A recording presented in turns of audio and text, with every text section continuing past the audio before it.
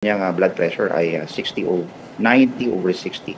Naman, nangunguna sa listahan si Ako Bicol Party List Representative Zaldico na siyang co-founder ng SunWest Incorporated. Siya kayo po muna sasagot para sa kanya. Anemic na si Dracula. Kaunti na lang, matigok na ito. Mayong hapon mga kabisdak, palike po muna, pa-share, pa-subscribe at pakipindot po ang inyong notification bell upang lagi po kayong updated sa ating mga video. Pag-usapan po natin itong pagka-anemic ni Dracula.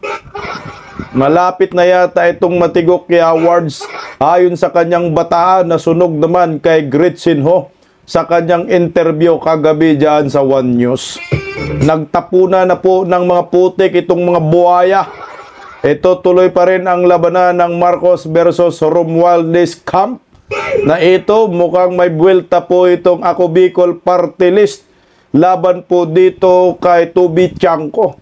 Dahil nauna na po binira ni Toby Tiangco itong Ako Bicol Party List, lalo na itong si Zaldico alias Dracula, ayon kay Joel Villanueva, na di umano'y utak ng mga insertion dyan sa 2025 budget, hindi lang siguro 2025, 2024, baka 2023.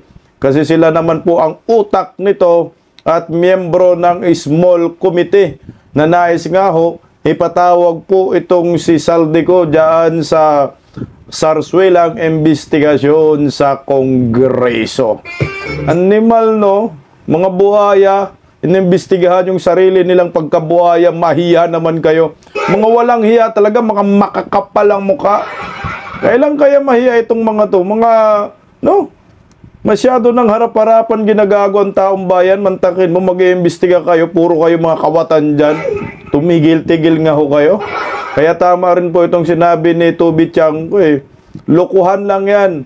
Itong investigasyon dyan sa Kongreso, lokohan lang. Dahil hindi naman ho nila, ayaw naman ho nila ipatawag itong si Zaldico. Pero narito po ang pahayag ng bata ni Zaldico na sinunog po ni Gretchen Ho. Pakinggan po natin na kabisdak.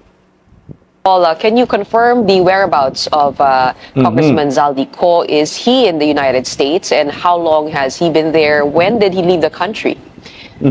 It's in the United States right now po. And in fact, he's undergoing extensive medical checkup in multi-country medical consultation. Na kung saan inumpisahan niya po ito sa Singapore. Uy! Since February yata, inagawa niya na ito because it discovered that November of last year, meron ngang diferensya sa kanyang puso. May diferensya na sa puso itong si Dracula. Mantakin mo, multi-country daw yung treatment niya, pa-check up. Sana alap! Ay, multi-country. Dumaan sa Singapore, napunta sa Amerika. Grabe, ang kapal ng mukha ng buhayang ito. Umuwi ka na, sagutin mo lahat ng mga paratang sa'yo patungkol sa budget insertion at pagka-founder mo dyan sa SunWest Corporation na napakaraming nakuhang flood control projects dyan sa Kabikulan. Grabe, multi-country ha. Ayaw mo sa PGH. Walang tiwala itong mga mambabatas, no, sa sarili nating mga ospital. Kasi kinukurakot nila yung mga pera, pundo dyan. Kaya alam nila, pag magpa-check up sila sa Pilipinas, baka madido lang sila. O baka matigo kayo dyan, ha? Dahan-dahan. May sakit pala sa puso. This is a heart problem. How serious is... okay. How serious is the condition that he could he only get treatment for that abroad? Well, he preferred to be treated abroad, like Singapore and in the US. Yesterday, I was told that yung kanyang blood pressure ay 90/60. So he was told by his doctor in the United States to undergo extensive medical procedure. But Wow! Mas prepared daw ni Dracula na magpa-check up dyan sa Singapore at sa Amerika. Kayang-kaya yan. Maraming pira, katas ng flood control. Oh. Ayan na po, yung Dracula, 90/60 na lang daw. Yung dugo, wala na kasing masipsip sa blood bank. Naubos na ba yung dugo sa blood bank? O, paano yan? Baka matigo ka dyan. Mantakin mo yung dugo niya, 90/60. So talagang anemic na anemic itong Draculang ito. Naubos na kasi ang dugo, masyado kasi gayong gahaman. Eh. Talagang sinisip-sip nyo kasi yung dugo. Eh, magtira naman kayo. Ayan tuloy, kasakit kayo, anemic kayo. Ayan, malapit na daw ito. Tuloy, oh. But you mentioned that this is a checkup, not any procedure yet. Yeah, when I speak of procedure, checkup, consultations, opinions from other doctors, but wala pa doon sa, kumbaga, operations, wala pa. Okay. Oh, wala pa daw sa yung operation pero lapit na, konti na lang daw. Huwag ka namang mamatay, buang ka. Magpagaling ka, kailangan ka pang umuwi dito sa Pilipinas nang masagot mo lahat ng katarantaduhan mo diyan sa Kongreso. Maraming issue pong kailangan sagutin itong kongresistang ito, lalo na dito sa flood control, budget insertion. Huwag mo muna kunin to taning. Maawa ka sa Pilipino. Tuloy, oh. And when is he expected to return after all of those checkups? That I cannot answer, Gretchen. Uh-huh. But as soon as he finish all these checkups, then I think he will go home. Oo. Hindi ho ba pag check-up mabilis lang yun? After, it probably would take several, maybe titignan lang po, and then when he gets the assessment, then he can fly back. Well, based on my experience when I do executive checkups, but sa kanya, he was advised by his doctor to undergo an extensive consultation. Kasi kahapon nga. Lol! Tama dyan si sa Air Gritsin ho. Pa-check up ka lang naman. Pa-check up ka, okay naman pala. Di umuwi ka. Wala. Talagang pasakali lang yan. Sana matuluyan kayong mga animal kayo.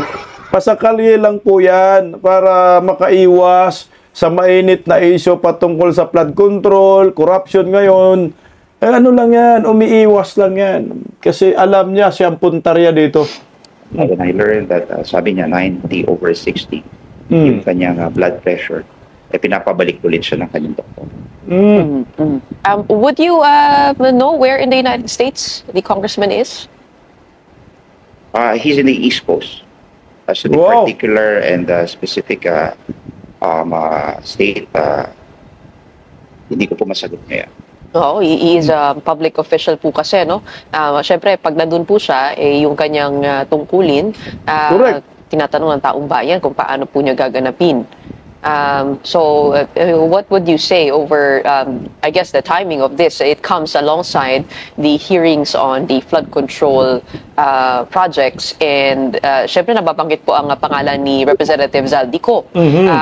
Hindi po maalis sa taong bayan na maisip na ito ay pagtatakas mula dun sa mga hearing.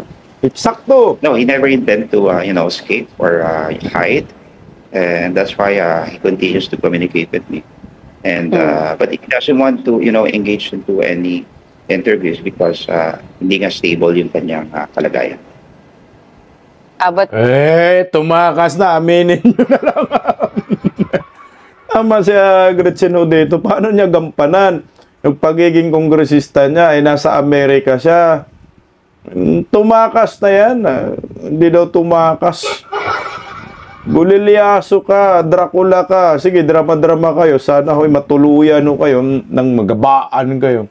But does that mean that when if he is called by Congress as resource person, that he will not attend?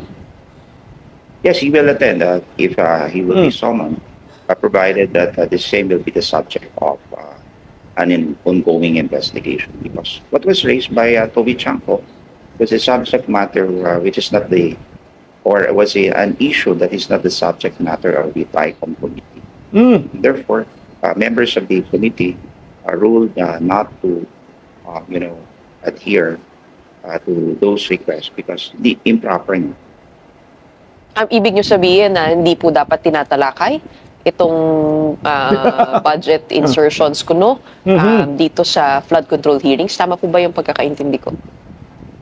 Well, as a general rule, you can discuss all matters pertaining to a controversy at hand. But yung tinatalakay po noon doon sa TRICOM committee, if I may say, ay yung mga flood control projects already implemented and subject to scrutiny. Some of them were found out to be ghost projects and substandard or not completed. So you speak of a budget hindi pa siguro implemented, hindi pa downloaded. Kumbaga, malilihis lang yung usapan ng issue. Sa issue. Lol! Ang ubob mo, siyempre, kailangan siya ipatawag doon kasi nga, siya may utak lahat ng insertion. Sabi ni Toby Tiangco, 100 billion na insertion, 13 billion nga, direkta daw kay Saldico. Kaya kailangan pumunta ka. May kinalaman lahat yan sa flood control, lalo na yung kumpanyang SunWest. Anong ma-divert? Kayo yung nagda-divert, iniiwas lang ninyo si Saldico. Nuloy po, Gretchen, no? And of course, when we talk about the flood control projects, we do know that this is an extensive systemic-wide corruption that has been linked even up to the level of congressmen. For example, if you take a look at the data surrounding Bicol region, kayo po ang may third highest budget for flood control, number 1 ang Central Luzon, pangalawa pong NCR, at dalawa po sa kumpanya na related po kay Congressman Zaldico ay top contractor sa Bicol. Katulad na lang po ng SunWest, they are the 5th leading flood control project contractor in Bicol. And so, isn't it just correct to be able to clarify or get the documents from the congressman, knowing that he is also House Appropriation Chair. He was, at naging parte po siya dito sa small committee at pati na rin po sa BICAM. Hindi po ba parang nalilinya naman po sa tama yon, yung conversation na yon? Tama ka dyan, Gretchen, no? Yan ang hindi naintindihan ng bata ni Dracula. Tsaka number 1 contractor dyan sa Bicol pagdating sa flood control, tapos hindi papatawag, ang Bicol lumulubog sa baha. Maraming mga proyektong mga substandards. Ano yun? Excuse yung Dracula? Los niya. Nalay, Question, just to, put you in a proper perspective. COMSALDI is no longer part of SunWest. Even in all documents, like registration, hindi mo na makita pangalan doon. Pangalawa, talk about SunWest. The president and CEO of SunWest was there present. And so he could have, Toby could have, elicit some questions to the representative on SunWest. But what drew my suspicion was when he ignored and hindi man lang siya nagtanong doon sa St. Timothy. And seems... Ano muna tayo doon sa St. Timothy kasi binatunan niya si Toby ng putik dyan eh. Alam niyo po kasi, Manong, no? Sino kang Poncio Pilato ka? Hindi niyo po talaga yan may tanggi na si Saldico ay founder ng SunWest. Kahit sabihin mo, ang tawag yan, yung parang nag-divest na. Yan, nag-divest na yan si Saldico. Huwag niyo kaming lukuhin. Kasi Saldico pa rin may-ari yan. Dalawang kumpanya ang pinag-uusapan natin. SunWest at Highton. Tapos sasabihin mo na hindi patawag itong si Saldico dahil nga hindi na siya may-ari ng kumpanya at wala na siyang pangalan doon lahat sa dokumento. Siyempre ginagawa ho na ninyo yan eh. Wag, para lang naman ngayon lang tayo pinanganak, sir. Wag mo kaming gawing tanga. Wag mong gawing tanga ang mga Pilipino. Aba, mas matindi po na dapat siya ay patawag. Unang-una, siya po yung chairman ng Appropriation Committee. Siya po yung nag-allocate lahat ng budget kung saan-saan napupunta. Mga congressional budget, mantakin mo, party list representative, naghari-harian dyan. Tapos mayroong sariling construction company, SunWest, at yung kapatid niya, Highton, pamangkin niya meron din, kongresista din, BHW party list din. Wow, sana all. Ganun po ginaguho na yan ang pamilyang ko ang kaba ng bayan at ginawang tanga ang mga Pilipino dito. Huwag kami, o ito, binato niya ng putik si Toby Chanko kasi corner na sila ni Toby Chanko dito eh. Construction trading na nakakuha din ng mga flood control projects sa kanyang distrito. And you talk about transparency and accountability. Should have first asked question on those matters pertaining to his territorial jurisdiction, wherein two of the contractors, such as St. Timothy, Sims, were involved in gross projects in Bulacan, were also taker and awarded contract in his districts. Okay. But going back to Congressman Ko, no, his brother Christopher Ko, Congressman Ko, is also the founder of Hightone Construction, which is also a top contractor in the Bicol region. What is the level of divestment of the brother? Alam mo po, Gretchen, hindi ako spokesperson ng Hightone. Hindi nga ako involved sa SunWest at saka sa Hightone. Nabuisit na.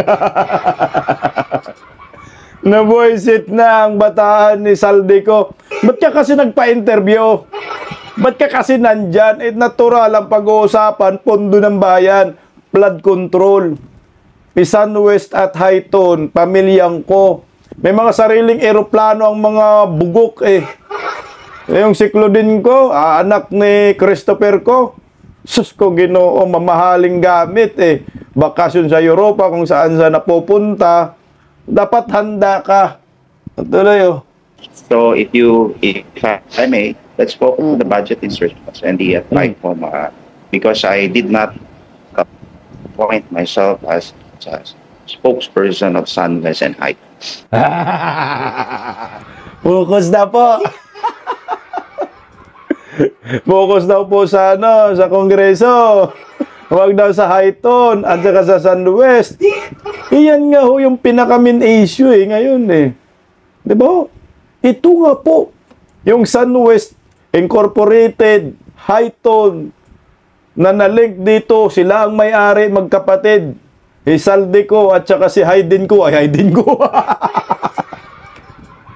Ang kamag-anak ba ko Haydin ko? Christopher ko. O, meron pang isang mga Koko ng Agila. Hindi malo, tututanggi kayo dyan lumilihis ka, hindi mo masagot-sagot kasi corner ka na. Yari ka kay Gretchen ho. Ito lang That's correct, but also Congressman Zaldico is a representative of Ako Bicol, same party list as you. So, syempre po, kung implicated po siya, kasama na rin po kayo doon. Ano? What does the party say about accountability and transparency? Is the party open to fully cooperating with any ongoing investigation? Nama ka dyan, pikat. Kasama ka dyan, Ako Bicol party list ka Yan ang ginagawa ninyong gatasan Yan ang ginagawa ninyong pamamaraan para maglimas sa kaba ng bayan. Damay-damay na kayo dyan.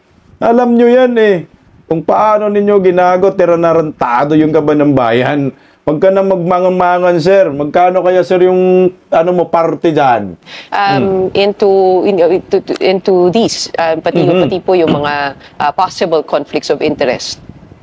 I repeat, Gretchen, Kong Saldi stand by the fact that he already divested from SunWest, and in all its hearings in the Senate and in the House of Representatives, the President and CEO of SunWest is always present to answer all the questions pertaining to their existing contracts entered in the public works.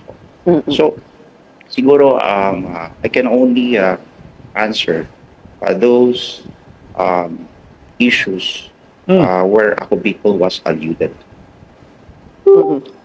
Idamay ka nga dyan Kasi nga yung party list representative nyo si Saldico, may-ari ng SunWest Sabihin mo, nag-divest, lo mo. Lokohin mo sarili mo. Hindi naman kami ngayon lang yung pinanganak. Ikaw naman talaga Kongresista ba rin si Garbin?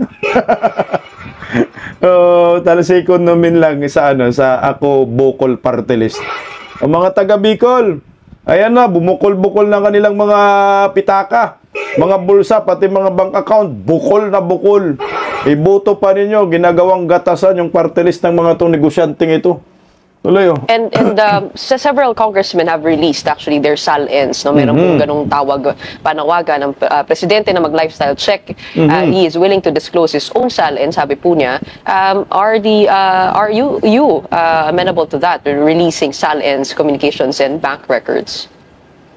Yes, Gretchen, I will release it by Monday if you may so request it. Your own? Yes. Pati rin po, would the party urge Congressman Zaldico to do that? That's a personal matter of which I can just ask and request if he's willing to release SALN. Yeah.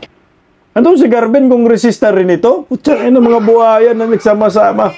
Handa daw siya maglabas ng salin. O si Zaldico, iwan lang. Makita yung eroplano, pakita yung eroplano.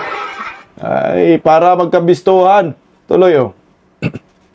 Okay, puntahan po natin yung flood control projects dyan po sa Bicol. I mean, kayo po ay, kamusta naman ho yung proseso on your part in actually the oversight of the budget when it comes to infrastructure? Yung po ba ay nakikita nyo rin? And do you get to lobby certain projects? Yeah, we get to lobby as a member of Congress. Those programs and part of our advocacy budgets that will serve the needs and concerns of our constituency. Tama po. But as of now, naantay rin po namin yung report ng Department of Public Works and any independent commission on the findings of kung ano yung mga kontratang may kinakasagutan na anomalya dito sa Bicol region. And so far, wala pa. Ang mga congressman po, ano po ang kumbaga parang role ninyo madalas? Nasasuri nyo po ba yung mga budget na dumadating po sa inyong table? Pagka, syempre, isabit na po yan mula dun sa, sa NEP. Alam mo po, Gretchen, ang budget process ay may apat na, kumbaga, it has a four phase.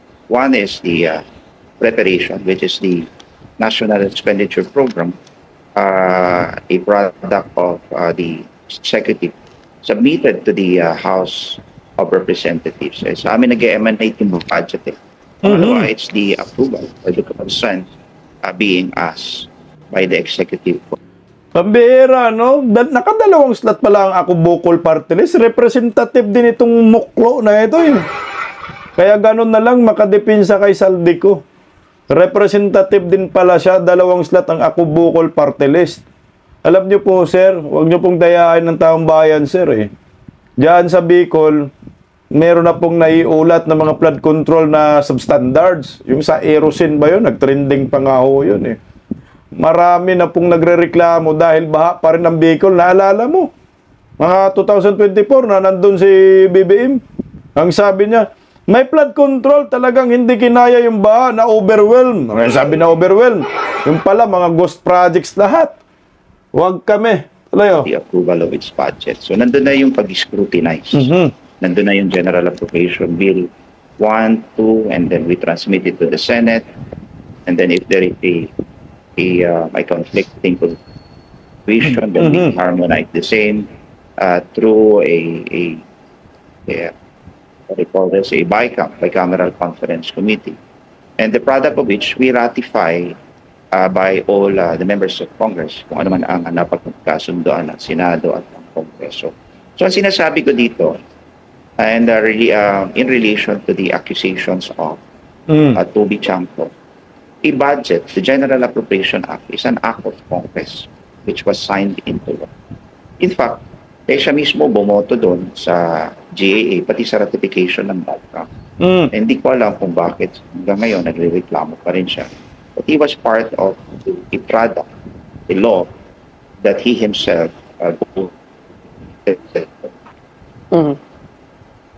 Actually, yun nga ho, no? So you're challenging him to start with his own district before he looks into Congressman Zaldico. You say, I have this document. Yes, I have this document, and Because what is waiving is Ay, just may a dokumento USB. rin daw siya. But I can waive a printed copy of all his insertion. Oy, meron daw insertion din si Toby Chanko. Gumanti.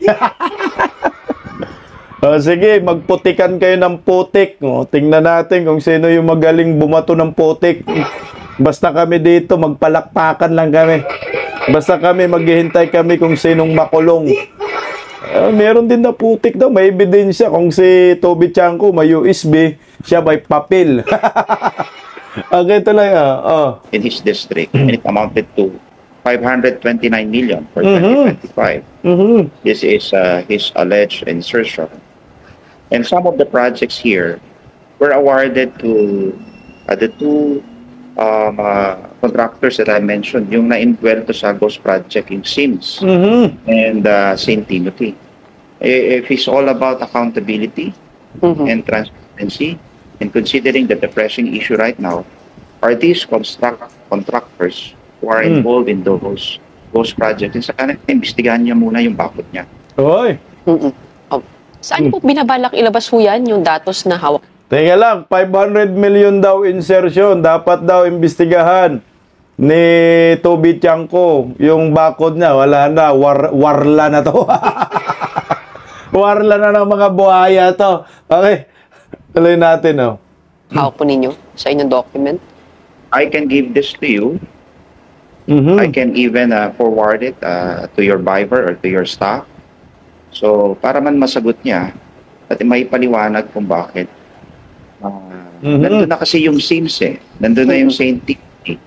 Inililihis niya yung issue doon sa mga na hindi naman subject of the investigation. But sana natanong niya, he took that opportunity, matanong niya, paano kayo nakakuha ng kontrata sa aking distrito? Tinulungan ko ba kayo? Hindi. Flood mitigation din yung, flood control din yung i-implement ng SIMS at ng St. Timothy sa kanyang distrito. Congressman, as a final question. Kaya ba kasi billion sa inyo, million kay Toby. At saka contractor kayo, si Toby, hindi. Yung contractor ba rin si Toby Chanko? Bahala kayo, mag-jumbagan. Basta kami dito, maghihintay lang kayo sino man-knock-out sa inyo. Managot na mga korako to. Tuloy, So, because of the uncertainty when Congressman Zaldico will come back to the Philippines, ano pong plano ng Ako Bicol in terms of representation? Meron po bang kakalili sa kanya? Palitan na kasi matigok na. Considering that we are to in the party list, Ako Bicol, kayang-kaya naman po natin trabaho ng because when we file bills, pagkasama when in our advocacy programs in our 6 province constituency, which is the Bicol region, magkasama rin po kami. So habang wala po siya, kayo po muna ang sasagot para sa kanya? Tama. Tama po. In fact, when I was out of Congress, that was in the 19th Congress, yung pag-implementa ng mga programa sa aming region Bicol, ako naman po talaga yung nag-iikot sa region. At siya naman po yung nagtatrabaho sa Kongreso. He was so busy in the 19th Congress because he's heading Committee on Appropriation. Ayan, Kong. Kung kailangan makulong si Zaldico, ikaw rin ikulong namin, Kong, Kasi total, sabi mo kaya naman lahat, Alam niyo po ba itong si Zaldico?